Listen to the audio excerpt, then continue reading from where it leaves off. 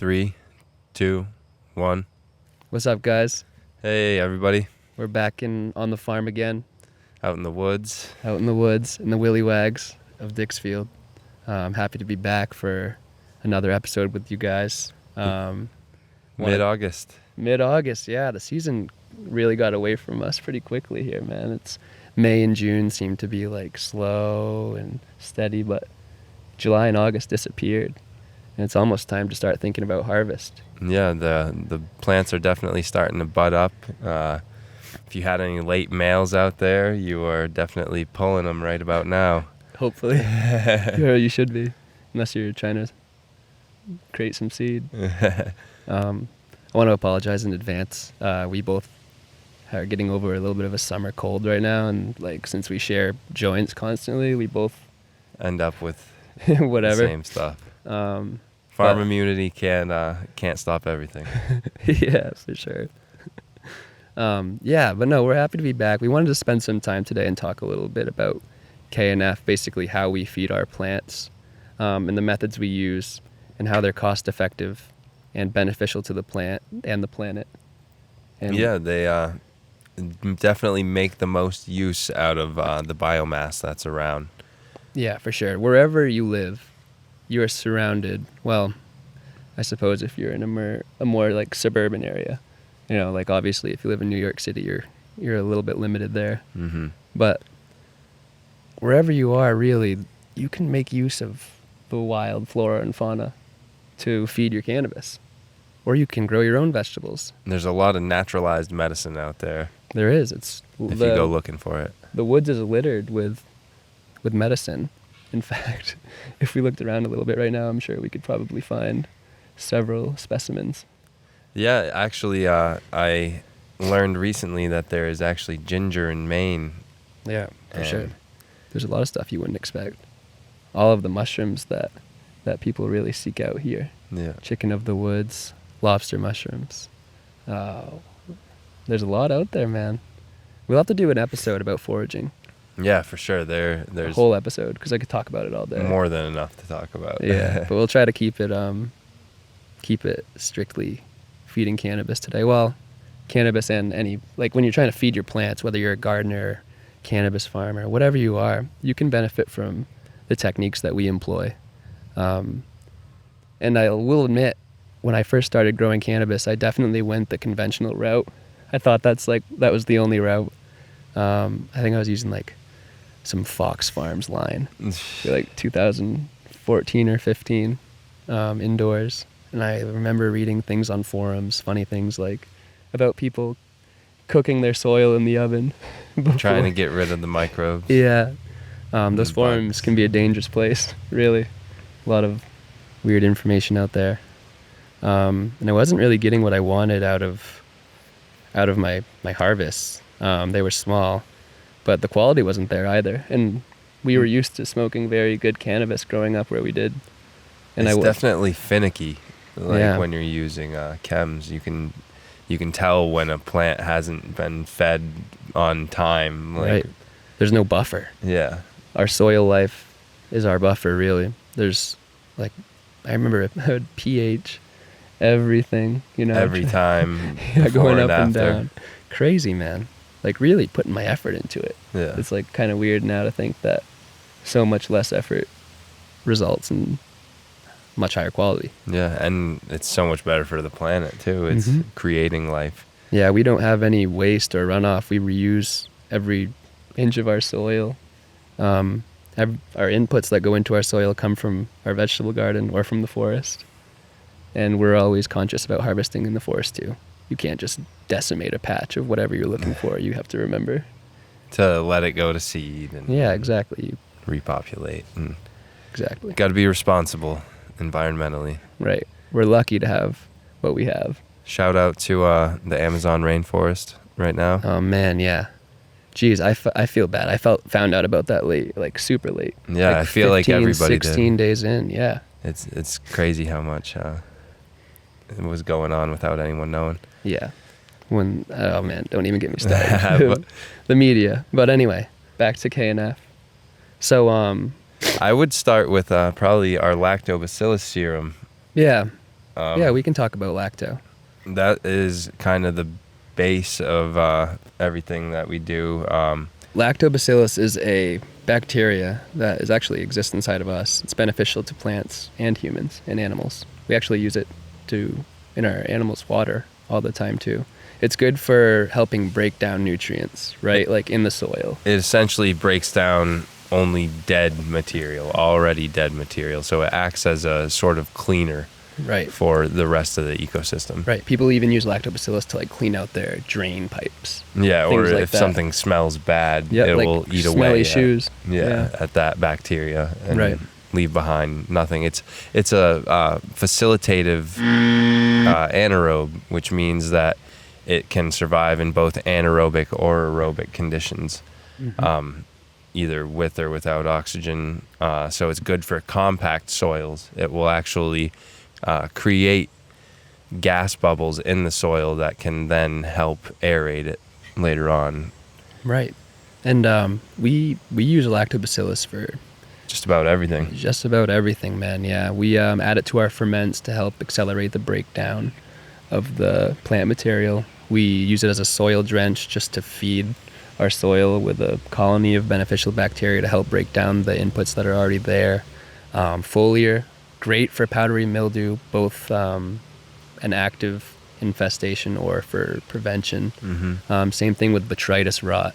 That's a big problem in Maine, where a lot of people grow those big outdoor plants and they hold in a lot of moisture. And if you didn't do your due diligence with pruning and thinning, then you can get a sticky situation there at the end. No matter what, I definitely recommend a preventative method towards that. Yeah. That is your best bet on saving yield, Yeah, on because getting a good yield. once it gets to that point, you're just plucking colas Yeah, left and right. that is not fun. It's not fun. It's really not fun after. And we've been there, man. Like every farmer that grows outdoors has had their experiences with botrytis.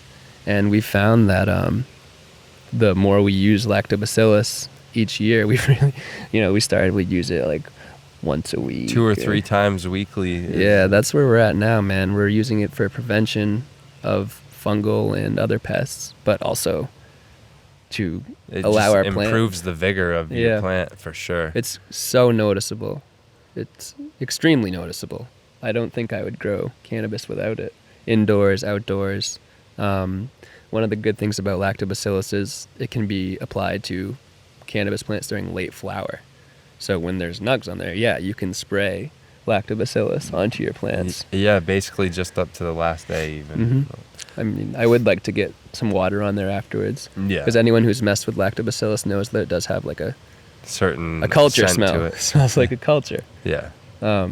So, yeah, it's super beneficial because, there's not many things that you can spray on your plant when it's flowering And it's that a don't already super- exist there. Like, there's lactobacillus on all of our plants out there, even if we didn't spray. It's a super strong colony as well. Like I said, it can exist in multiple types of conditions. So it just kind of will take over anything else that's trying to grow there. That's how it prevents any of the bud rot, any of all of that. And man, does it just wipe away powdery mildew. Yeah. And, It's crazy. and like we said, using it in our ferments, it speeds those up. Big time. It will break down anything in your soil faster. It's great to add to manure. Manure too, yeah. If you want to Compost, break down whatever. some fresh manure, but also to accelerate a compost pile. 100%. Yeah. It's just something that I think every gardener should have. And this isn't just for cannabis. This could be for your vegetable garden. I mean, we apply lactobacillus to our vegetable gardens, of course, and to our flower beds and just anything we have around the house. Our indoor plants. It's a staple here at the farm. I give it to, literally every plant that I have. Every plant and every animal. And you should see, like, when you drop some of the curd on the ground around any dog or cat, like, they love it. They know it's good for them. After a night of drinking, sometimes I'll add a little bit to my breakfast the next day. Yeah, it helps me too, man, with my IBS. Like, I've used it before just to kind of bring that balance back into my stomach. It's crazy, we're using this thing for so much. It's a culture of bacteria. Yeah, and I mean, that just goes to show how safe it is as well compared to any other mold prevention that you may be using. Oh man, yeah. Like That's, even Eagle neem 20. oil, some people say can hurt bacterial colonies on your plant. Right. That's a big issue with pesticides and fungicides too. Is you're impacting fungus and pests, but you're also impacting the beneficial microbiology and beneficial pests. This is just simply adding to your Exactly. to your microbiology on your plant, as it already is. Improving it really. So yeah, that's lactobacillus, and it just looks pretty gross, smells pretty gross. It's milky, cheesy kind of smell. Yeah, it's got like a cottage cheese kind of. But like with a soil drench or a foliar spray, it's 1 to 1,000. Yeah. We usually do, honestly, a couple tablespoons per gallon, really, of water. Just to make sure. You can never do too much. That's the thing with this. Yeah, exactly. We'll add a couple tablespoons to our 5-gallon buckets of whatever we have fermenting, just to accelerate it. So easy to use, real easy to use. Now, on the other end of prevention, we also do OHNs. Yeah, or the Oriental Herbal Nutrient. I think we spoke about it in episode 0. It's in basically herbs and spices that overwhelm the sensory organs of pests, where they just can't handle a red hot chili pepper or cinnamon or onion or garlic concentrated. We use that mostly for insect prevention. Right. But you also get the added benefit of the Mold stimulation. inhibition. You're right, that too. And just the general stimulation of the plant's immune system. Oh, for sure. It acts similar to how it would act in us, ginger and garlic and yeah, man. stimulant. It's so funny, like the further and further we've gotten into this, it's like we uncover these similarities between humans and plants, really. That makes it easier to understand. Once you know one, you know the other. Yeah, for sure. Well, we're still learning both. Yep. Slowly but surely. But yeah, so the Oriental Herbal Nutrient, it can be used for an active infestation. Just like the lactobacillus, this is 1,000 to 1, like a couple tablespoons per gallon. And you can smell it at 1,000 to 1. Yeah. For sure. Oh yeah. It really doesn't take much. It's essentially a concentrated essential oils from different herbal and spices, herbal plants and spices. Yeah, exactly. And we'll use that weekly, a couple times a week, outdoors, indoors, vegetable gardens, cannabis gardens, whatever it is, for that immune system boost and for the prevention of pest infestation. Both foliar and soil drench as well. Yeah, of course, yeah. Nice addition there. Soil drench is important. I feel like people don't really, especially with OHN, they don't really think about like how it could benefit the soil. But that's where all the bugs, eggs are usually laying. You'll find spider mite eggs in the soil. I know Aphids. fungus gnats. Yeah. And you can get them off the leaves, but then once the others hatch, you're left with the same problem. Right. So for active infestation, we would just use a higher concentration, maybe 500 to 1. Yeah, or more often. Yep, that too. Yeah. Both would probably be, depending on your level of infestation, I suppose. We generally will use... Again, best as a preventative. Yeah, exactly. You don't want to get to that point, because honestly, a lot of times, the only option is to get rid of that plant. Like, I haven't seen very many cases of a complete reversal of a plant that's just infested with spider mites or aphids. Like, like a lot of times it's best practice to just get it out of the room. Exactly. But this will definitely help prevent that from happening. Yeah, since we've started employing OHN regularly, we don't have issues. And just general health of the plant, for sure, is a large part of that. And a strong, healthy plant is so much less likely to get an infestation, just like a strong, healthy human is so much less likely to get sick. Yeah, that's our insect and pest prevention and pathogen prevention. And then we have a number of different plants and herbs and vegetables and fruits that we will ferment, and Some for veg, some for flour. some for transition, and Yeah. then some for like a specific boost, you know.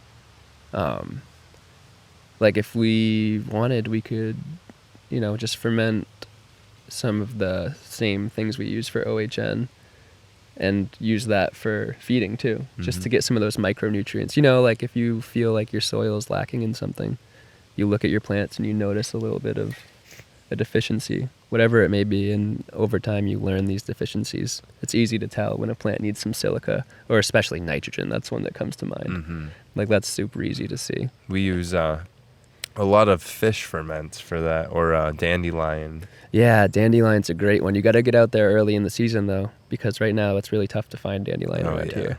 But it kind of nature kind of orients things in a way, because you don't really want to be giving your plants nitrogen at this point, you know? Yeah, it's true. So Maybe if you got an indoor run going. yeah, for sure. Yeah. Save some. But yeah, so really depending on what cycle we're in, like indoors or outdoors, depending where we're at in the growth cycle, we will employ different ferments. Early on, like he was saying, during veg, it's good to get a lot of nitrogen in there for vigorous growth from fish. Or Fish lot of- hydrosolate that we make ourselves. Yep, fresh caught. Usually use like trash fish, like chubs. The That's what they invasive. call them in Maine. Yeah, shiners. Yeah. You know, most people will leave them on the side of the bank because they don't want them back in the water, but might as well make use out of them. Put them in the garden. We also do the old trick the natives used to employ. They would bury Putting a the fish in the bottom. Yeah, just use a stake and put one down in the ground. Mm-hmm. That's Seems to good work. stuff. Banana peels too. It's plenty of nitrogen. You don't need a whole lot for an entire grow cycle to get some big plants. For sure. And the great part about putting the fish down in the soil, man, too, is you get that nitrogen initially. And then once it's down there, over the season, the bones start to rot. And you start getting some calcium and some phosphorus. Yeah. Right when you need it, they're in flower. All the plants right now are flowering. A lot of the wild plants are flowering. And you can make use of those flowers. Again, yeah, it lines right up with It's flower interesting. time. It really is. Yeah.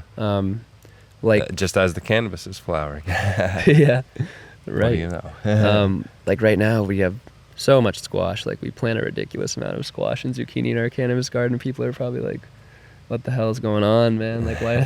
What are they doing?" But we are getting all of our nutrients for free, or for the price of seeds. If you're really crafty, you can save some seeds from your biggest squash and not even spend money on seeds. The next year, yeah. Yeah. Yeah, we'll keep those going indoor even. Yeah, for sure. It's great to have, man. Like they literally are fruiting right now. We'll take them, we'll ferment them down with the help of our lactobacillus and reintroduce them to the plant. Squashes is it. That is squash and zucchini and cucumbers. Plenty of phosphorus and potassium in those. Yeah, the cu's got the potassium too. Yeah. They're easy to grow, so easy to grow, and so beneficial during flower. And honestly, a good amount of water and fiber to break down in there as Yeah. well. Yeah, just it helps. naturally. Yeah. Yeah, we don't really have to add like anything as far as like a sugar source. Yeah. And with the fish, like apples, you know, there's not really a sugar source in fish, but you don't have to go out and buy brown sugar, man. You can just get some apples, Yeah. you know, or pick some berries. There's ways around spending money on growing cannabis. So many ways around it. And you don't need, I know there's forums that say you have to follow these crazy like guidelines and add your bud boosters and your bud sweeteners and all this stuff that people spend so much money on because they believe like they need it to have that superior product, that beautiful high times look. But it's just not true. You can do it with pretty simple ingredients. You can do it with squash. Yeah. I And we're actually going to be making those available pretty soon. Yeah, I know like not everyone has time. Even we don't have enough sometimes for our own grows. Yeah, it's a lot. It takes a while for the fermentation process isn't instant. The lactobacillus helps, but it's not instant. and you still have to spend the elbow grease and the time going out and foraging, and you have to grow the plants, and not everyone has the space or the time, or And it has to be ready when you need it. Yeah, exactly. You know? That's the big thing. Exactly. And like maybe like I can imagine like husband or wife like smelling one of the KNFs that went bad or something. Yeah. They might not be all. They'd be pretty done with it, I think. Yeah, like if you had to have it around all the time. Yeah. Yeah. Definitely like not like a candle scent. Yeah, it takes like what 2-3 weeks for most of these. Yeah. At least. Well, depending, man. Like some like of the them a few horsetail, months. that silica, that takes almost like a year. It was like a year until that completely broke down. Yeah. So, and that was with lactobacillus. Yeah. So yeah, there's really not much limitation on what we can do. It's really just gaining the knowledge about learning about different plants and learning what their constituents, what are they made up of, when can we use these, how abundant is this plant, you know, how did the plants respond when we use it compared to other things. Mm-hmm. It's a learning experience, a learning process. Plants growing plants. Plants growing plants, that's what it is. And it's close to free. It pretty much is free at this point. For us, because we spend the time, we have the land, we grow the vegetables. But if you were to retail these products compared to what you spend on a full line of newts, especially for like a big ass outdoor grow. Yeah, a big grow like this. That's thousands and thousands of dollars people are spending yearly on nutrients. Not to mention when you get chemical preventatives and things like that, what you're going to be smoking on later on. They're spending so much money to make an inferior product. Or at least, maybe not inferior looking. Like, I've seen some beautiful chem bud, you know? Like, it looks gorgeous, and ours looks gorgeous. But what's inside, man? Like, this is you always gotta wonder. Medicine, you know? Yeah. It's medicine. You're always left with a bit of doubt, like, is there something still on this or in this? Bit of a numb tongue. Yeah, I've definitely felt that before. Yeah. And so it just doesn't make sense to us to spend more money on just to, like, kind of ruin your bud, man. Or at least make it so I wouldn't want to give it to an 80-year-old patient that has a compromised immune system and a sensitive liver. We can't do that. And just from a purely flavor point of view as well, the complexities that you get from growing this way, all natural and with the ferments and the spices, you get so many micronutrients that you wouldn't get through, you know, just your NPK nutrients that you get chemically. And you end up with a much more complex flavor profile at the end there. Yeah, you get the full profile, for sure. And that's what I was missing when I was growing with like that Fox Farms line. I could tell it wasn't it. Yeah, you can still taste the THC and yeah, the for CBD, sure. You still get high, but it's not it. I remember, yeah, like I was like, what is it? Like, what are these people doing back home outdoors with that? They were just growing according to nature.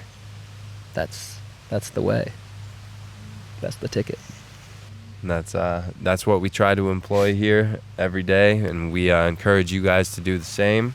Yeah. It's definitely helped us save some money, and it has helped us get an excellent product that I would give to anybody. I would smoke it myself every day. Like I do. Yeah. Others, I'm never sure about it. You know. Yeah, it's weird. It's weird to think when I was like being younger and just like kind of like, oh, okay, you're just looking, finding anything you could, you know, high school, you know, where can I get a bag? Like not thinking about it at all. What's in there? Yeah. Weird. These are all simple ingredients, you know, easy to read on the back if you want to. Yeah, and we'll keep everyone updated about like the process of us making these available, because right now we're using most of ours to feed our gardens. We have a lot of plants to feed. But we really do want to start making these available at our shop and also online, because we can sell this online. This is an herb. We can ship this wherever we want. Could use it to grow tomatoes Yeah, if you wanted. exactly. Your grandma could use this. It'd be a Mother's Day present. Like, this is really, if people want to start getting involved in a more regenerative, eco-friendly way of growing anything, this is the way, without having to spend months and months fermenting smelly things in your garage or something. Just let us do that for you. Yeah. Yeah. Thank you for tuning in. And Here at 207 Farms. Yeah. Happy to have you. see you next time.